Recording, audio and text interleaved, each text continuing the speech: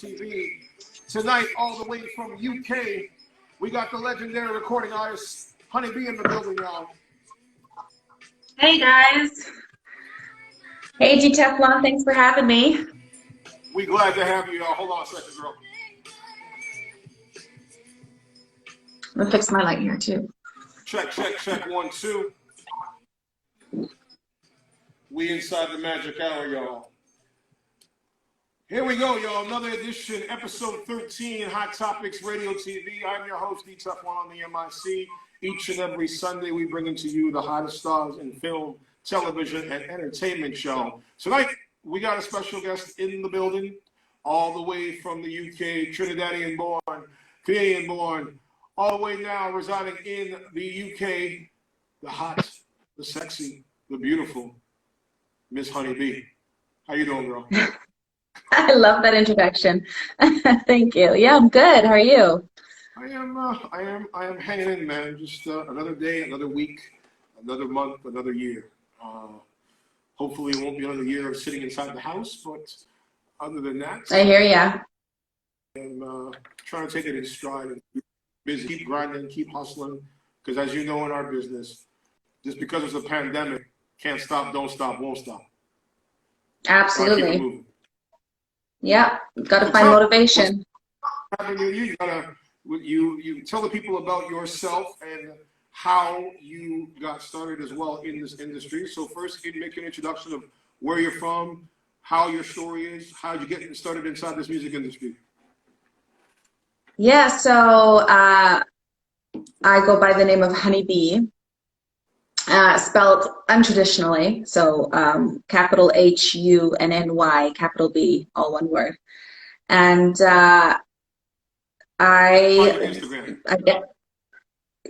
what should I put it down here? Should I put it in the comments? Should I put it in the comments? Okay. So you spell it like this. Hold on.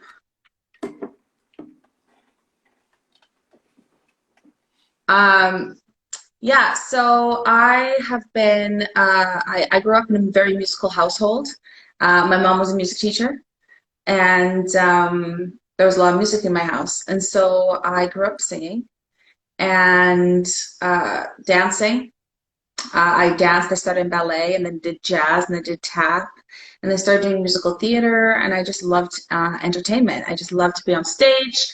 I would always take over. If my mom was in a concert, I would always find myself like throwing myself on stage and being in front of everyone and just kind of like doing my own thing. Mm-hmm. So it was just kind of a natural transition when I went into performing for a living. I did a lot of, I graduated from theater school. I did a lot of musical theater all over Canada. So I was in Dreamgirls and West Side Story, Little Shop of Horrors, a bunch of musicals. Boy, crazy boy. Yeah. Boy, take it. What's your favorite? I love that you know that. What's your favorite musical? That is literally in my top 2 favorite, not just plays, but favorite films of all time. It's so good. And what's your the one with Natalie Wood, like the original? Like that new one, I couldn't vibe with it, but the original was that's a masterpiece, never even be touched. Oh my gosh, 100%. Yeah. So what's your number 1 then? My number 1 film of all time? Yeah. Would be A Walk to Remember. Really? Yeah. Really? Yeah. Wow. A Walk to Remember. Walk to Remember. Okay, I'll give you my top 5. Walk to Remember, okay. Number 1. West Side Story, number 2.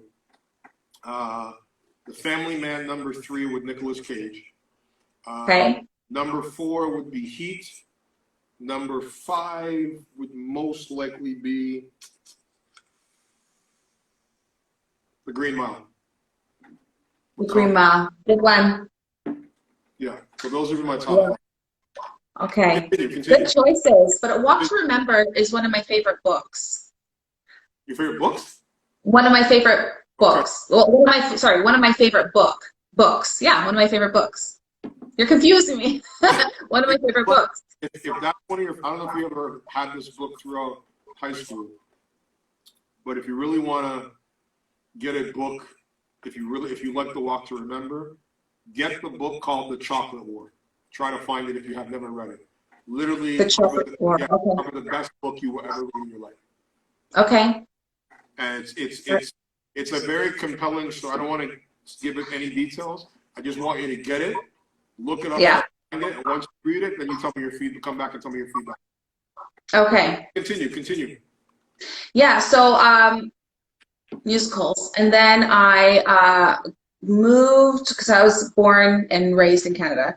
So I moved to Vancouver, and I started auditioning and stuff for film and TV. So I got my first agent, and I remember the first job I ever booked was The Goodbye Girl with Patricia Heaton and Jeff Daniels, and I was a dancer in that film. So it wasn't exactly what I wanted to do because I wanted to act, but the fact that I still booked a movie as my first movie was so exciting to me. And it was like my first time on set and getting to understand, basically set life and how how it works. And then from there, I just remember like hustling and auditioning for like really big movies as well. I was at Lionsgate Studios. I was auditioning for Scooby-Doo 2, and I remember that was the day I met Will Smith. He was auditioning for iRobot at the time, and he was like, I was waiting in the lot, and they drove through. I was at the security gate, and then they drove through, and I remember his bodyguard like turning around and coming back and rolling down his window and being like, Will Smith wants to meet you. And me like this young girl, kind of newish in the industry, and being like, oh, trying to play like shaking inside, but like playing it so cool. Like, yeah, okay, sure, no worries. Jumping in the SUV, going to the end of the lot, and then they took me out of the SUV, walked up the stairs, and Will Smith was waiting for me at the top of the stairs. And he gave me a huge hug, and he was like, I'm shooting this movie here, da, da, da. I have nobody to like, I don't know Vancouver very well. Would you mind like taking me around and showing me where to go and all the hot spots and da, da, da, da. They ended up inviting me for dinner that night, which I turned down because I had a date with somebody I really liked that night. I gotta give you props for that. Don't kick myself for that. It'd be all over that shit, gold digging to the date. So Yeah, I know, right? give me 1 second. I just spilled some shit on myself. It's okay.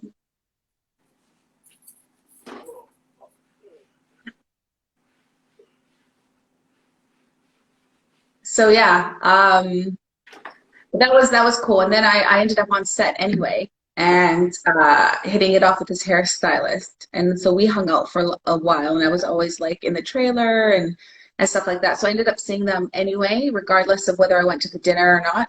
So that was cool. And then I just kind of like deviated off topic. That was just a little story within, my whole journey.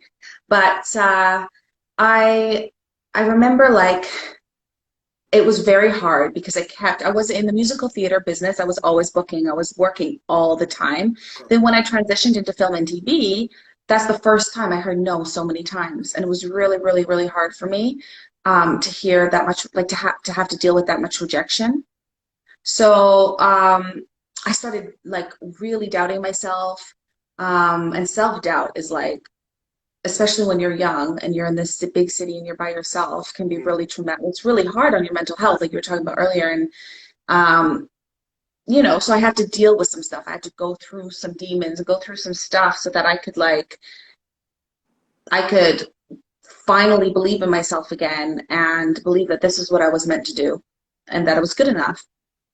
So I remember I was taking these acting classes, and which was like a lifesaver for me, because at least you're still doing what you love to do, and you're in a room with people who have the same dreams as you, which is very important. Yep. And then I can't remember what happened. If I was still in Vancouver or I remember I moved to Toronto at some point, and oh yeah, I booked a movie in Vancouver, another show in Vancouver called Jake 2.0, Okay. and that one I had a small talking part. That was my second booking, and that like for me was like, oh my gosh, my luck's gonna kind of turn around, and then it didn't. Um, but then I ended up moving to Toronto and uh, auditioning. I got a really good agent out there. And then things kind of started to turn around for me. I started booking more. I booked a show called Instant Star, which was a massive hit on My boy, CTV. Mark Taylor. Yeah, Another, yeah. yeah. So that was, And yes. who else was on that? What's that blonde girl's name from Vancouver? Laura. Laura Vander, Yeah, whatever. yeah, Vander. yeah, yeah. Yeah.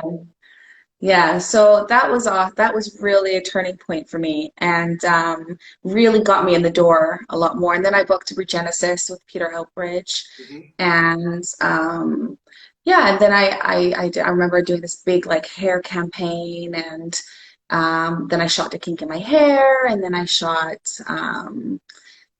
what else did I do? Stargate. Actually, Stargate was out in Vancouver. I forgot about that one. Um, so yeah, I started, and I was still doing theater at the same time. So that's when I did Dreamgirls, which was awesome. And then yeah, and I was really happy with how things were going. My career was kind of going, but I kind of felt a bit empty, like I was missing something. And I didn't know what that was. And I was always writing music, but because I was so involved in the film and TV world, I was so naive and oblivious to how the music industry worked. I had no idea, like, how to find a producer or, once you record a song, how do you put it out? How do you get it, out to the world? So, I just kind of Didn't have the stayed. resources that we have now. Like, I mean, back then for No. people, it was, either you had to have, somebody that was an A&R that worked at like, some label that you could get your, music. But most of the time, most people who Mm, made music, it was really about harassing a DJ in a nightclub, with a mixtape yeah. and walking around, Yeah. around the club the whole night. Can you please play my music? You're like, yo, go away, go away, go away. And eventually, if you were lucky enough to like find a DJ that like would, put your music on, there was never necessarily, I mean, a chance per se that it would go anywhere. But back then, you have to remember, even in Canada, you had, because I was doing, and I remember when I was there, I was working with Energy 108. Like this was going back in like the early 90s or so.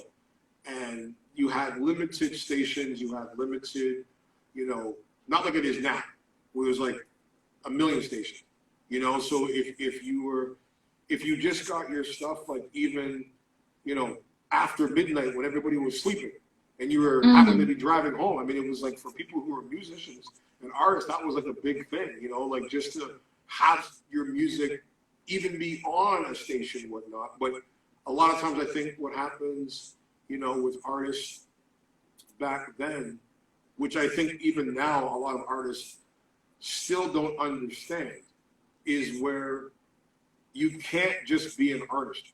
Like there's artists that, for example, that it's like, they write music, but I remember I was managing this one artist, she was incredible. She had the most amazing voice. She had, at the time, one of the #1 tracks on the radio. But we're in the nightclub after, this was back like in the summer rush days, Mm. and she's got the #1 club on the radio, and we're in the club is packed, and not one person in the entire club knew that she was the one singing the song because she had this thing of like where she didn't want to be seen. Like Oh, she's wow. writing music and stuff like that, but like she never wanted to promote herself. She never wanted to market herself. And I'm like, if you're an artist and you're not wanting to put yourself out there, then don't call yourself an artist. Call yourself Yeah. a songwriter, but don't call Yeah. yourself an artist in the sense #1. if you're scared of people seeing who you are. And in the second, it's like artists always feel, well, I'm an artist, so people should just come. And I'm just like, when you're an artist, doesn't matter what genre you're in, doesn't matter how long you've been doing this business for. If you do a live show and you can't get minimum 2 of your friends to buy a ticket to come support you, how do you expect to sell any music on, like, literally, like, at all? Yeah, no, it's a really, really, yeah, you're totally right. It's very, They still don't get it. Or you get the ones, for example, that are artists where they make music. And again, I'm not opposed to any artist doing original music, because if you have, you should always want to put out your own shit. But as I say, number one, to a lot of people in the industry, especially even now, people gravitate not to what or to who they know, but to what they hear. So it's, when I tell people, number one, it's like, okay, there's artists, for example, that are opposed, like, I don't want to do covers. I don't want to do covers. And I'm like, I get you don't want to do covers because you want to put out your original music. But when you're starting off and nobody fucking knows who the hell you are, the quickest way for you to get traction is to do a cover. And you don't have to do the cover dead on. But what I always recommend, I tell artists, I'm like, and you can attest to this.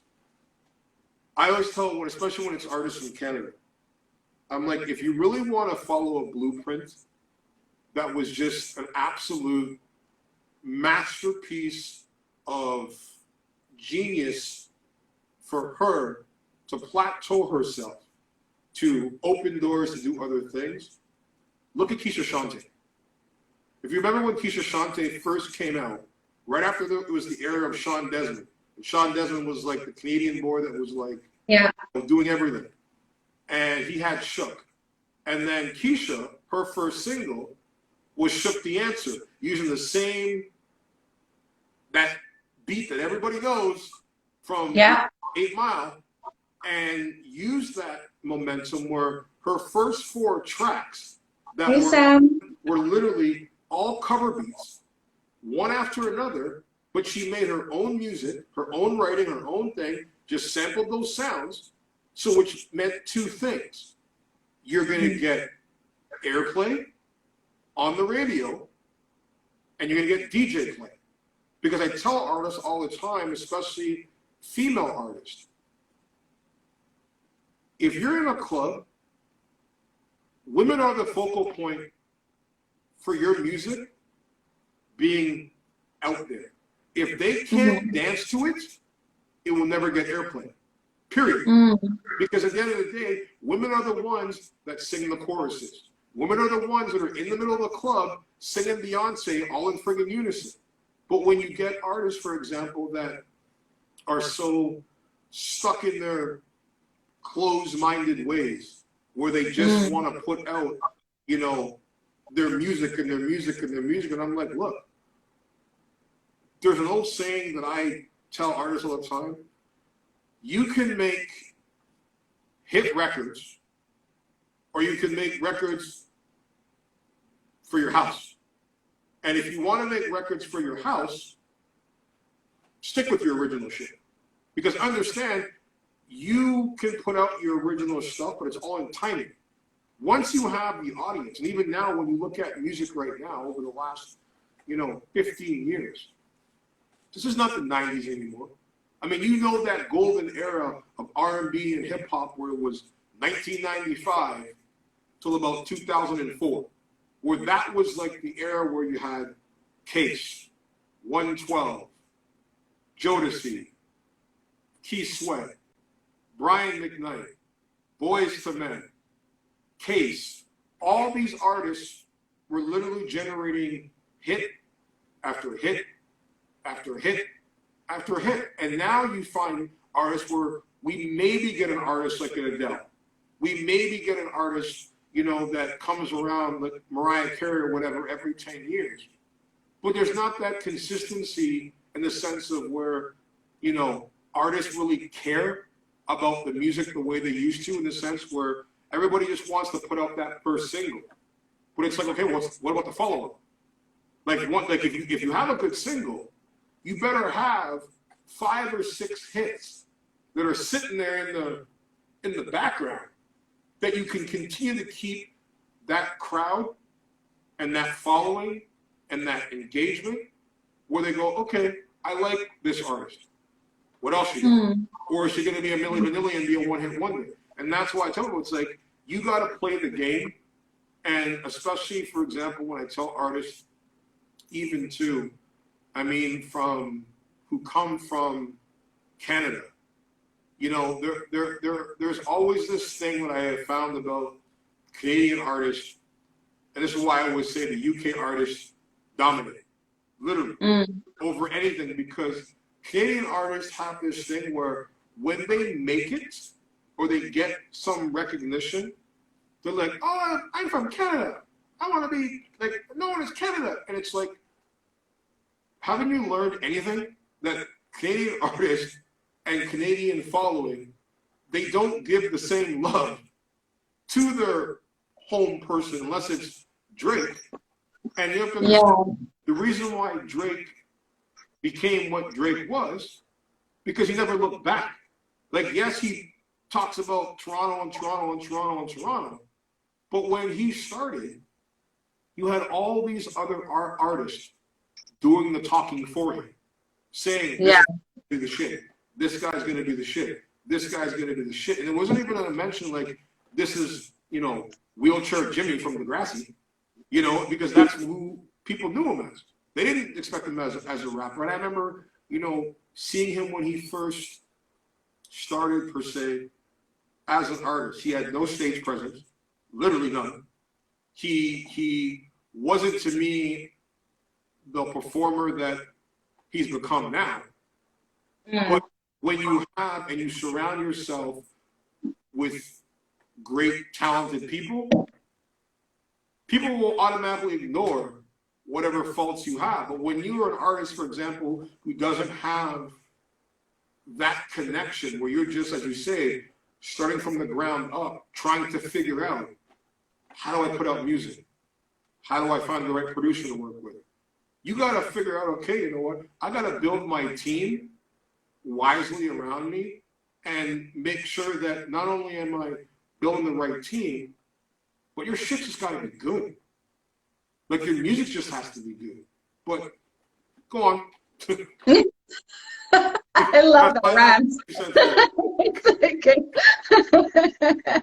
I don't even remember where I was. You were talking about... No, but you're right. You're right. You're right. I mean, you're right. I mean, that, you know, it's so funny.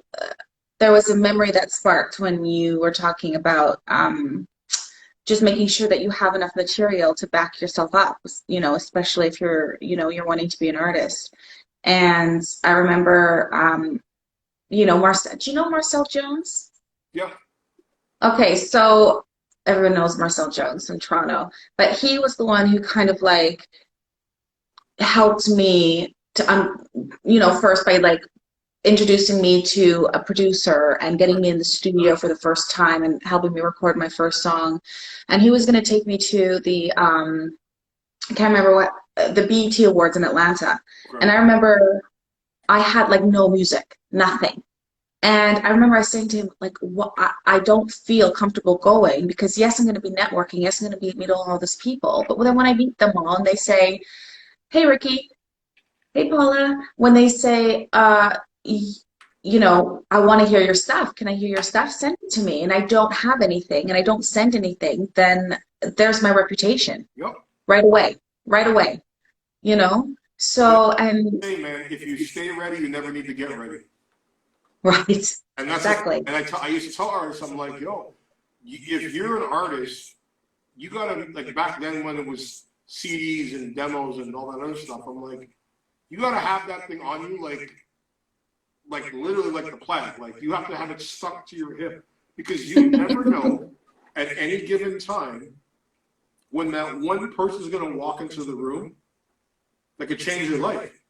And if you're prepared, as they say in Eminem, sometimes you only get one shot, one opportunity, one chance to make that shit happen. But again, we need that playing in the background. Yeah, no, you're right. Absolutely. 100%. And yeah, and the quality of music as well, like you said, the music is not the same as it was back in the day, back in the day in the 90s, the early 2000s. There's some good stuff coming out, but it's not as consistent. You're right. Absolutely. To me, the good stuff that's coming out is from where you're from. I mean, legitimately, like even as an actor in this business, I am not shocked because ever since this lockdown has taken place, we've all been hooked on Netflix and shit and streaming and I can't tell you the amount of UK shows that I have legitimately fallen in love with, like Wentworth, which is like legitimately one of the best female ensemble of cast I have ever seen at one time. I mean, I didn't leave my house for like a month, literally watching every single episode. People are like, you're watching that lesbian shit? I'm like, listen, this is some really good lesbian shit because this is the first time for me, where I go, wow. Like as an actor, I sit back and I go, these motherfuckers in the UK, they don't play. This is why they're taking our jobs in the United States. This is why they're taking the jobs in Canada. This is why you have guys like Idris Elba, who to me was like the pioneer that launched this whole UK invasion of artists and talent. And I'm going like, when people sit there and say, well, the UK performers are taking our jobs, like, yeah, they're earning it because they're legitimately out acting and outperforming everybody right now. I mean, the writing on these shows, and then when you look at artists, when you look at the last 5 years in music, going back to Adele, the biggest artists have been coming out of the UK. Like every 2 years, you get this new huge artist from the, who we're like, who the hell is that? And you don't even know who that artist is, but you know the fucking song. You're like, then you find out, okay, they're all the way over in the UK. And it's like, that's why now, like, I tell people, number one is like, if the pandemic wasn't happening, 1,000%, I would relocate over to the UK. Would you? In a heartbeat. Because my friend Ricky is saying it's true. It is true. Yeah. Because the thing is that when you look at, the level of artists in the sense that have come out, and the one thing that I can say, when you look at UK artists, and even for example, black artists, black actors, black entertainers, being an African American woman in this industry, the disadvantages are already against us already. Just call it what it is. It is. As a black woman, you have disadvantages because we're always labeled, whether it be in entertainment or just in general society, as black people in the business or out of the business. We're labeled as, I would say, in these categories. We're either labeled as artists, athletes, or criminals. So we always have this narrative where there's something to prove. There's something that we've got to do and we've got to push through, and we have to have all these barriers. And then when you are a female artist, for example, who's got a darker shade, no, don't put out pop music. No, don't put out this. Put out what corporate white America wants to push the narrative for their own agenda, for their own sales, because again, but then when you look at the UK, it's like they don't give a fuck. Like, they literally were like, we'll break every stereotype known to man. You say we're not good actors? Okay, we're out acting. You say that we can't, make it as performers, because in the States where everything is so saturated, there's so much filter of bullshit music that's out there. People can't appreciate when they get something good, because what happens in the States on almost every American network, and the same thing happens in Canada, is where you get a song, say for example a Justin Bieber song that becomes #1 on the radio. But then what happens? You hear that fucking song 50 times a day, over and over and over, drowning out any other artist that possibly could put out some good music. And then within, by the time it comes to the point of that artist trying to release an album, nobody buys this shit. Because there's either only that one good track that you've heard 1,000 times, and the rest of the album is garbage. And that's why when I go back to Drake, I'm like, you look at his first album, it was fucking rubbish. Like, it was legitimate rubbish. I mean, it didn't win any Grammys. It didn't do shit. He had a lot of hype because, again, he had all these other artists. This is why I say to people, it's like, you put certain artists on their own. Just no ad-libs, no, guest spot fillers per se jumping in on the track. Just that artist alone doing his music and his own music and putting it out, you'll see a lot of these artists that will fall flat on their face. But when I look at the UK artists that have came out, like Freya Ridings, who I absolutely love. Yeah, you love her. Yeah. And the ones that I've introduced you to recently, like, you listen to their music and it's just like banger after banger after banger. And people are like, every time I put up a certain track and I play it, on the show, and people are like, who is that? And every week it's like another UK, or like from the UK. And I'm like, yes, because I'm like, these artists, when you look at even, for example, like X Factor, there's fucking like so much talent.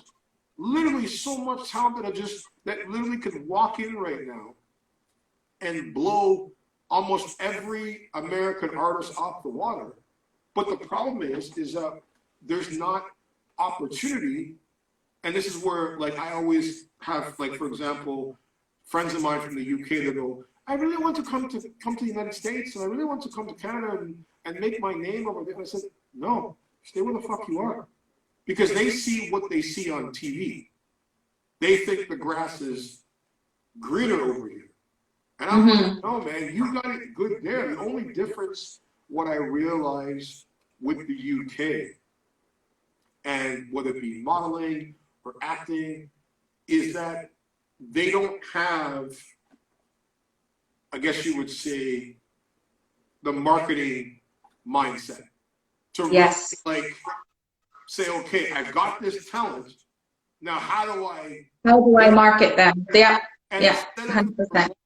To me, where I'm like, this is why I'm like, I want to fucking go to the UK, because when I see all the people going, I don't know how to make it, I don't know how to get to the next level, I don't know how to do this, I'm like, get my ass over there, give me a fucking house, a bed to sleep on, give me 6 months with you, and you'll be selling out arenas and shows, because I'm going, if I can do what I did in the States, then relocating to Canada, then going back to the States to do all the things that I did in the industry.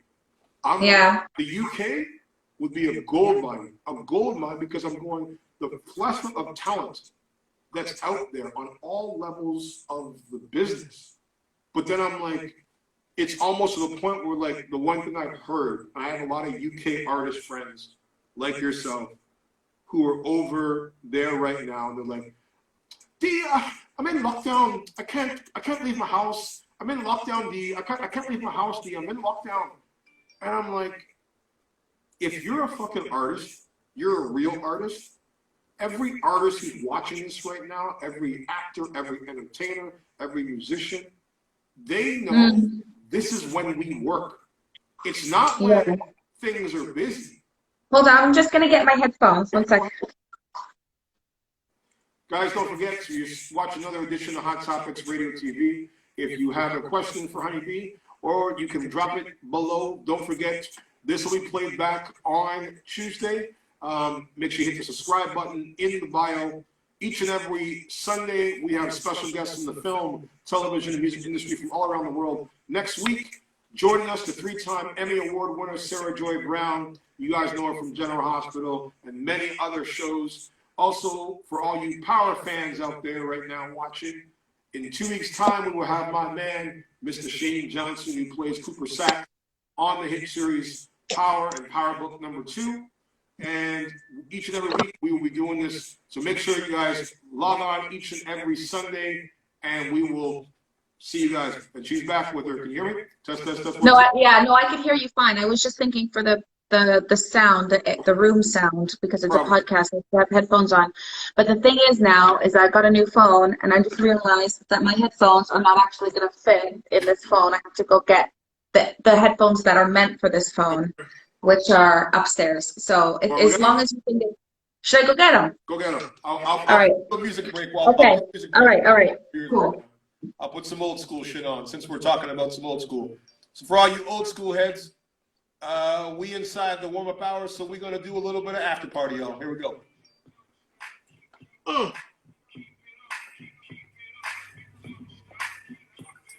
Welcome to the after party, y'all. Each and every Sunday night, we in conversation. Every Sunday night, y'all. My man D-TEFLON on the MIC, Hot Topics Radio TV. Make sure you follow me on my channel at D-TEFLON. And you can follow this if you want to see more celebrity interviews each and every week. I'll be having some of the hottest guests from the film, television, and music industry. Check out our lineup in the page right now. If you have a question, drop it below.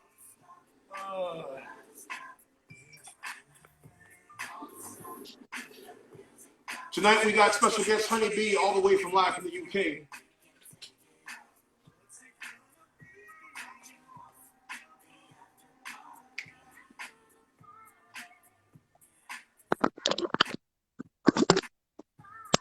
Check, 1, 2. Okay. Welcome back. Thank you. Yeah, so that's probably going to be better for the podcast anyway. I should have thought of that earlier. But yeah, no, everything that you're saying about the UK, I feel as well. Everything down to the marketing with artists. And so yeah, I hope that I follow that category of good, good musicians, good artists, kind of, I take my my show if you weren't putting out good shit, man, because I only put the best stuff on this podcast. So, and I've always loved your stuff. I've always supported you from day one. And, I love people seeing, and even as I said, like, you're doing exactly what I've been telling a lot of my friends who are artists and people that are in, even doesn't matter where you're from. I'm like, look, yeah, you have to either make a choice in the sense that, we're stuck in this situation we're in right now. Nobody likes it. Nobody wants to be in it.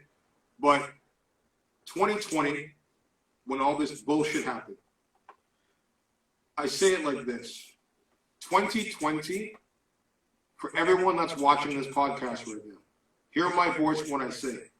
2020 needed to happen. It legitimately needed to happen for one reason. We were all in our lives moving at this pace, moving at this very, very, very, very fast pace where people were always saying, well, I don't got time for this. I got time for that. Maybe I'll do this tomorrow. Maybe I'll do it next week. Maybe I'll do it, a month from now. And when the world stopped and forced everybody to slow down, I asked everybody, and I'm asking you the same question. What is the definition of 2020? What does it mean? When you think of the term 2020, what does it mean? For me, reflection. That's part of it. But 2020 is exactly what it means. Clear vision. Open your eyes. See what's in front of you. See what's beside you. See what's behind you. Are you on the path in your life that you're meant to be on? Are you doing the things for yourself to better yourself? And then going back to what you said, self-reflection, it's a time to self-reflect because you're at home. It's time for you to think about, who do I have in my corner? Who do I have that's been holding me back? Who do I have that's going to help me elevate in my circle to the next level? And I always say to people, number one, you have three types of people in this world. There's those that live dreams, those that fear dreams, and those that chase dreams. At the end of the day, you have to decide for yourself what type of person you are.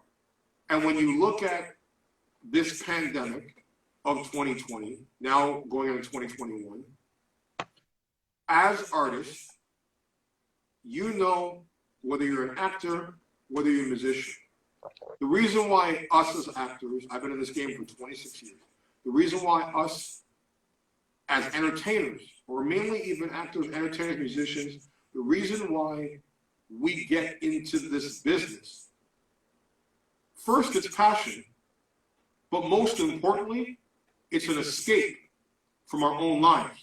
When you have all the bullshit that you deal with every single day, bills, work, relationships, when you're an actor, you become an actor because you get to play other people for a living. You don't have to live your life for those moments. You live somebody else's life. You live somebody else's moment because you're playing a character. When you're a musician, you as a musician, you play, yes, for yourself, but you play to entertain other people, to give people a source of relief.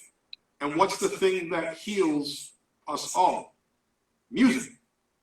Because when you think of everything, there's not a person out there who has not heard a song, who has not had a moment in their life, whether it be a breakup, whether it be a friendship, whether it be a death, where there's not that certain song that touches us. And to me, that's the one thing we all have universally that connects us all as people, as individuals, is music. So when you look at, you know, the state of the way as artists, where I go, okay, you have this opportunity where, for example, I've always had these people, like, you know, for me, who started from the streets, where people say, well, you know, like, I'm in this city and there's no opportunity. I'm in the UK and I don't have the same opportunity. I would have better opportunities if I was in the States. Or if I'm in Canada, I'd have better opportunities if I was here. And I say, look, I look at when someone sits there and says to me, there's no opportunities where I'm living, I say that's advantage, not disadvantage. Because if you are in a city that has nothing going on, as people say, my city is a dead city, or there's nothing happening here. I'm like, okay, if there's nothing happening there, then you know what you can be? Is the first to make shit happen there. When you're in the UK, you're like, oh, I can't, you know, I need to be over in the States because there's not shit happening in London or wherever the hell I live. I'm like, look, when you're in a place where there's nothing happening, you don't got to worry about competition because there is none. You are the person, number one, can set the plateau and be the first. And that's where the problem is that when people look at all of these artists and compared to 20 years ago, when you think of artists from 20 years ago. You don't have to know that artist's name. You don't have to know the name of that group. But you'll know a song that literally to this day, when you hear it, you remember where you were, what you were doing, who you were with the first time you heard that fucking song. You name me right now in this era one song that's out there with a new artist that legitimately where you're like, even from the last 5 years, that you can really remember and say, that was a memorable fucking song. Because again, when you look at artists, for example, like Michael Jackson, or you look at artists like, you know, Barry White, or you look at artists like Harry Connick Jr., you look at art, I mean, there's so many that can go on and on. They have playbooks that last the test of time because they wrote music for people's soul. People now write music just for the sake of putting out bubblegum bullshit, that just to say, okay, well, I've got music on the radio. I'm like, yeah, but is there any fucking good? The guy, people are coming, oh, I have a new track coming. I'm like, okay, great. And then I hear it and I'm like, okay, well, you keep doing your thing. And they're like, well, can you get my, I'm like, no, because for me, I won't back something that I don't believe. I won't put something on that I don't want to listen. That's why, like, if you're at my house, you won't hear nothing, legitimately nothing, on my radio past 2004, and then backwards. Because to me, I look at that was the year, and at that time I was working with Murder Inc., and it was right in the height of the whole 50 Cent feud and shit. And I always say, like, that was the last year of music. Like, after Candy Shop and In the Club was like the huge song in 2004, after that, when you look at all the artists that have came out after that, there's not really been an artist that we've had when you think of, like, as I said, like a D'Angelo or a Jodeci or a Boyz II Men. I mean, and the one thing that, you know, for me, what I miss about that era of music is that we all had the answering machine songs. The song, Yeah. the one that when you really liked a boy or you liked a girl, two things. As a dude, in the 90s, when you wanted to get a chick's attention, we weren't afraid to express ourselves, but we had it easy because all we had to do was come home after the club, call you, and we would pray to get your answering machine when we call you after the club. So we could leave. Hi, this is Barry. Hold on, let me hold on, I'm gonna do it right now. When you had a guy call your house at 3 o'clock in the morning and do this. Hold on, here we go. Hold on.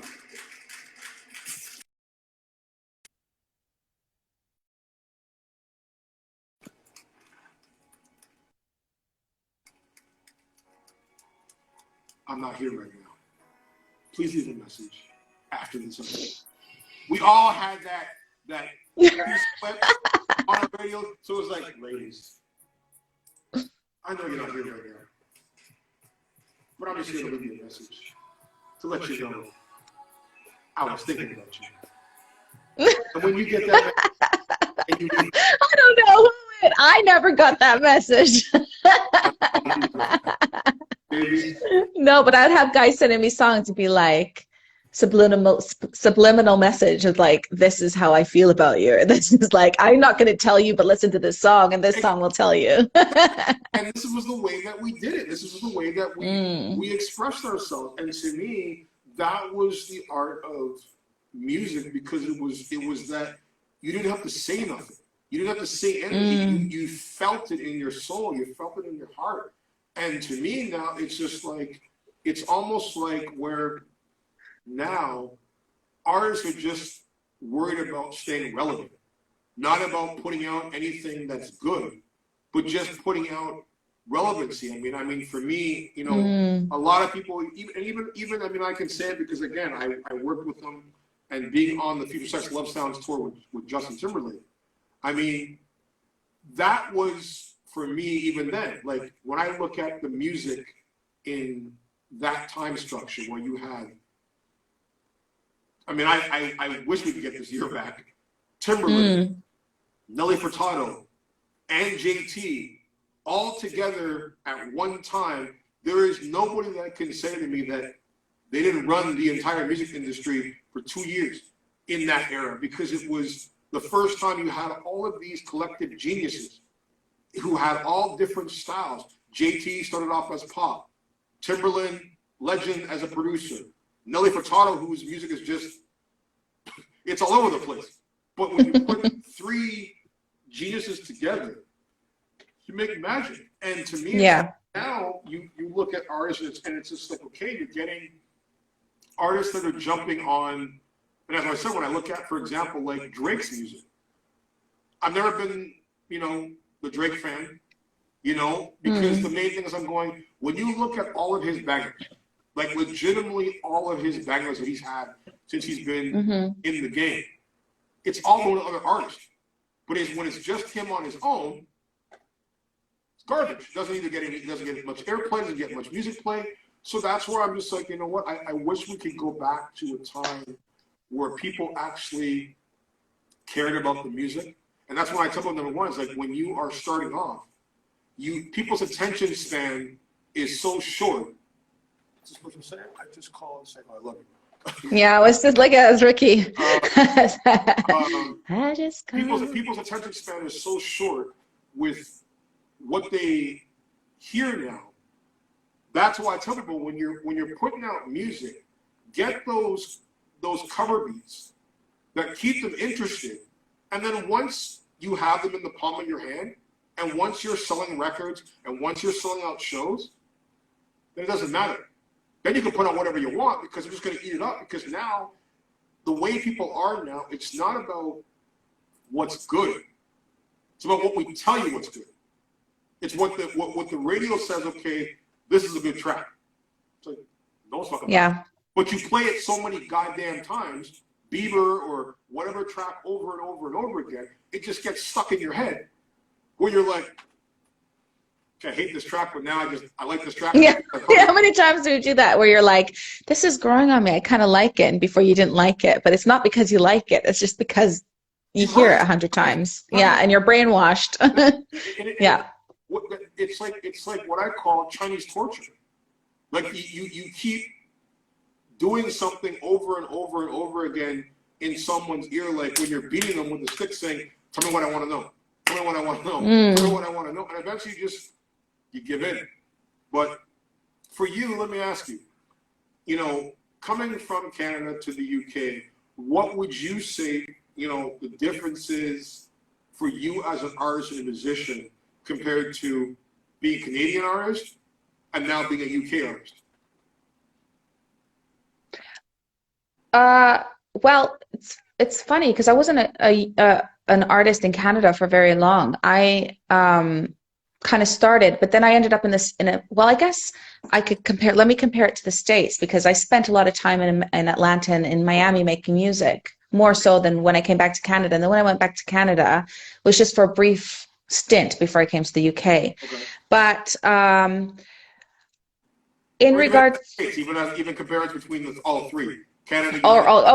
Okay. So, I will. So this is the thing.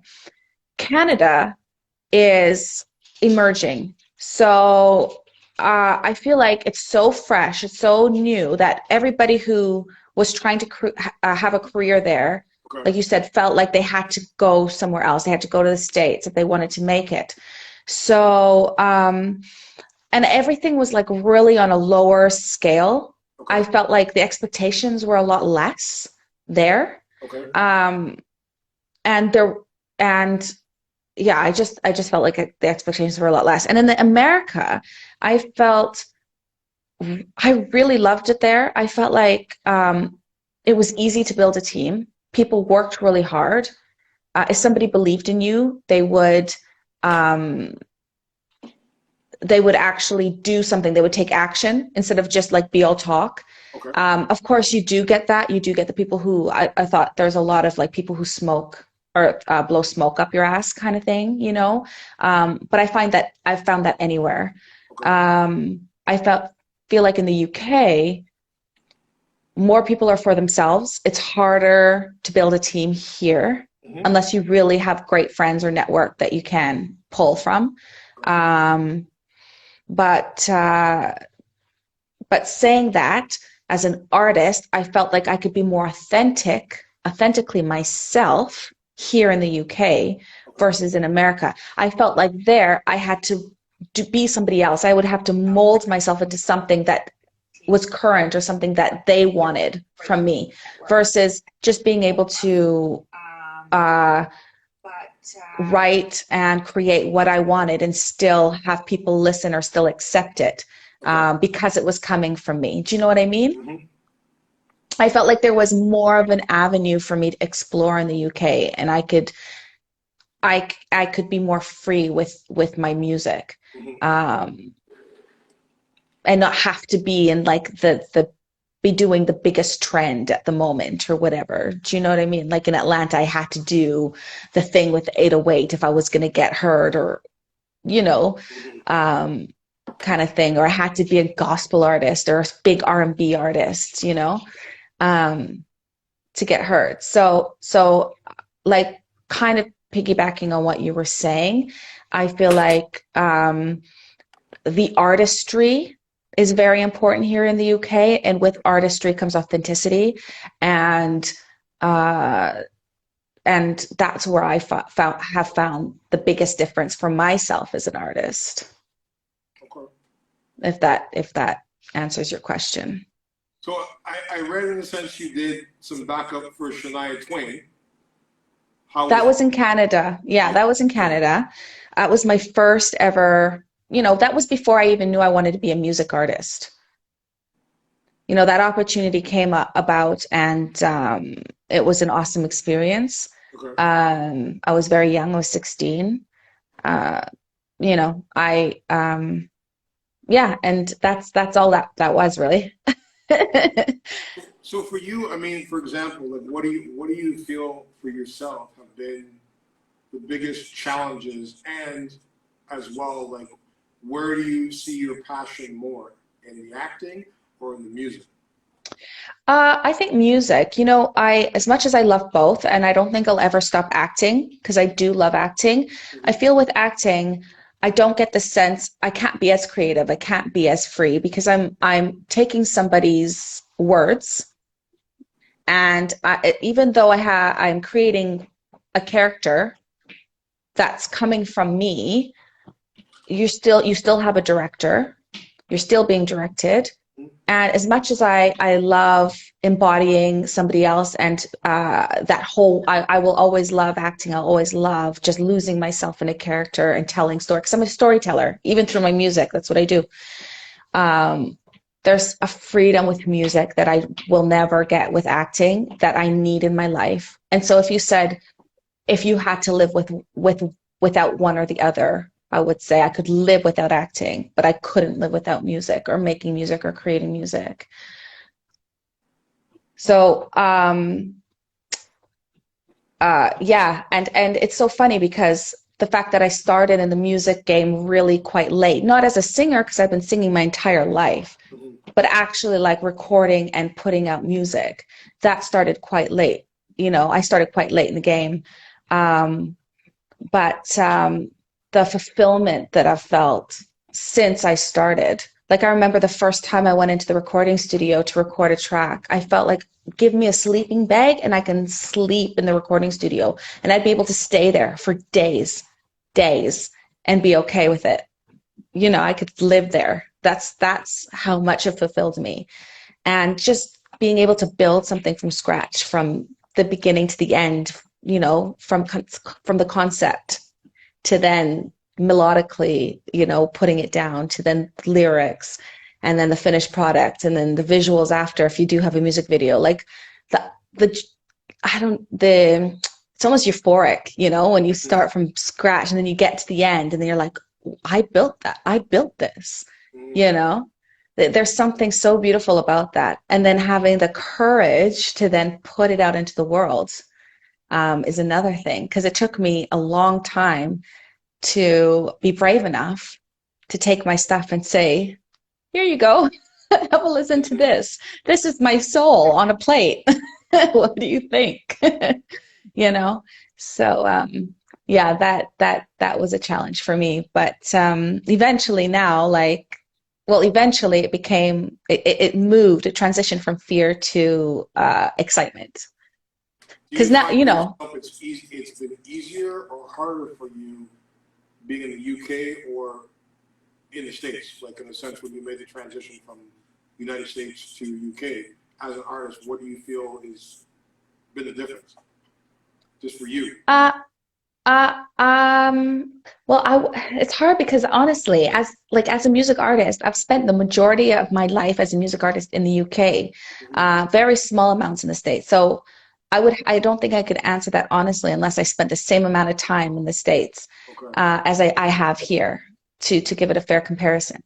But I think they both have their challenges. I don't know if I would be further along in the States. I just feel like you're kind of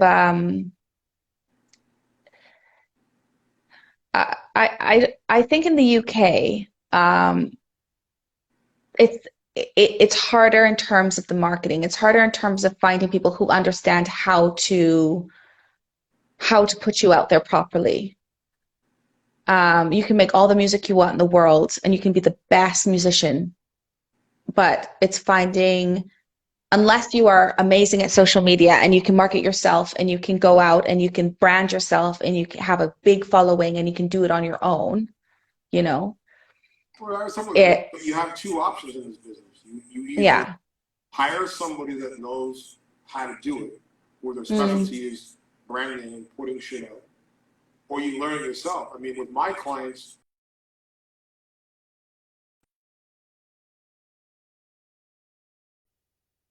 and then log back out because I think my battery on this is going low. Hold on a second. okay. Let me know. You know what? Let's log out for about 2 minutes and then I'll log back in. Let me just recharge. Okay. Okay. Guys, I'll be back in 5 minutes.